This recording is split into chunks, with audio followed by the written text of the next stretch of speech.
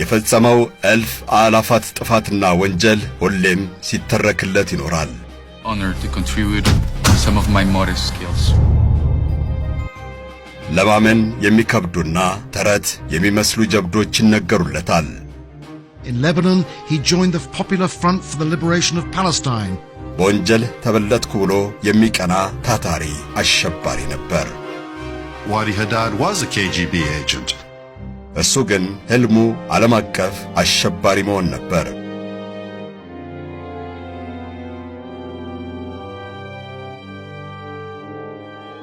የካርሎስ ቀበሮ መጨረሻ።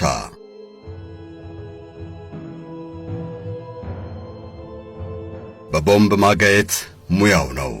መርዞ መግደልም ይችልበታል። ለንደን ነው ሲሉት ፓሪስን ያሸብራል። ከነተቀጽላ ስሙ ካርሎስ ቀበሮ ይባል የነበረው አሸባሪ በዘመኑ ዓለምን አርበድብዷል። በኦስትሪያ መዲና ቬና የዓለም የነዳጅ አምራችና ላኪ ሀገራት ድርጅት ኦፔክ ስብሰባን ከ5 ሰዎች ጋር ሆኖ ያገተው ካርሎስ ቀበሮ ስመ ገናና ከሚባሉ አሸባሪዎች አንዱ ነው። ዓለም ወንጀለኛና አሸባሪ እያለ ቢጠራውም እርሱ ግን ፕሮፌሽናል አብዮተኛ ነኝ እያለ ነው ራሱን የሚሰይመው።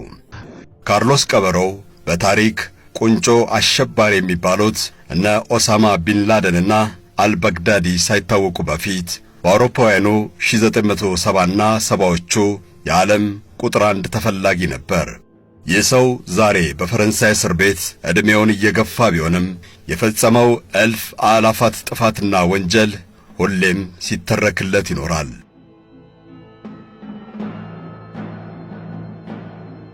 በርካታ ፊልሞች በሱ ዙሪያ ተሰርተዋል፣ መጽሐፍም ተከትቧል።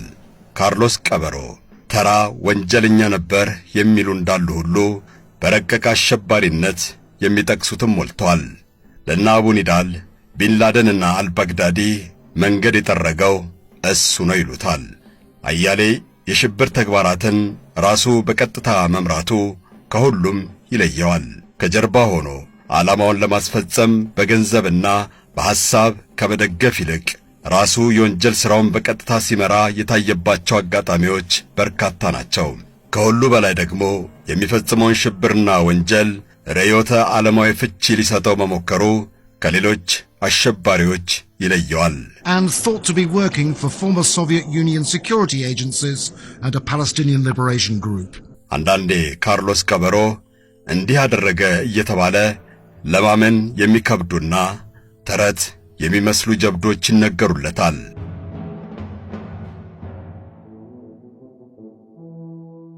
ቀበሮው የሚል መጠሪያ ወጣለት በጸጥታ ሰዎች አልያዝ አልጨበጥ በማለቱ እንደሆነ ቢነገርም በፈጸመው ሽብርም ሆነ ጥፋት ከተከታዮቹ ቢንላደንና አልባግዳዲ በልጦ አይደለም።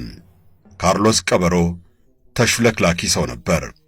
የረቀቁ የወንጀል ሥራዎችን በማሰብና ለመተግበር በመሞከር ከሌሎቹ አሸባሪዎች ባይተናነስም በገንዘብና በድጋፍ በኩል ግን አስተማማኝ ምንጭ አልነበረውም። ዓላማውን በዘመኑ የነበሩ ሽብርን የሚያበረታቱ መንግስታት ይደግፉለት ነበር ቢባልም ኪሱ ሞልቶ አያውቅም። Honor to contribute some of my motor skills.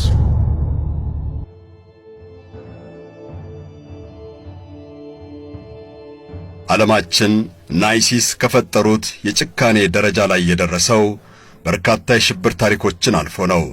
እነ አልባግዳዲና ቢንላደን ከመሬት ተነስተው ወይም ከሰማይ ወርደው አልተፈጠሩም። ዛሬ ያሉ አሸባሪዎች እነርሱን አይተው ወደ ጥፋት እንደሚገቡት ሁሉ እነርሱም በዘመናቸው የካርሎስ ቀበሮ አይነቶቹን ያዩ ነበር። ሽብርና ሽብርተኝነት በዓለማችን ዛሬ እንደምናየው ወደ አስከፊ የንጹሃን መቅሰፍትነት የተሸጋገረው ከመሬት ተነስቶ ሳይሆን አንዱ አጥፊ ከሌላው ጥፋትን እየወረሰና እየተቀባበለ ስላስቀጠለው ነው። ዛሬ የ72 ዓመቱን ወንጀለኛ ካርሎስ ቀበሮን ታሪክ ወደ ፈረንሳይ እስር ቤቶች ጓዳ ገብተን ለመጎርጎር የፈለግነው ሽብርና ሽብርተኝነትን ለሌሎች ለማውረስ አይደለም።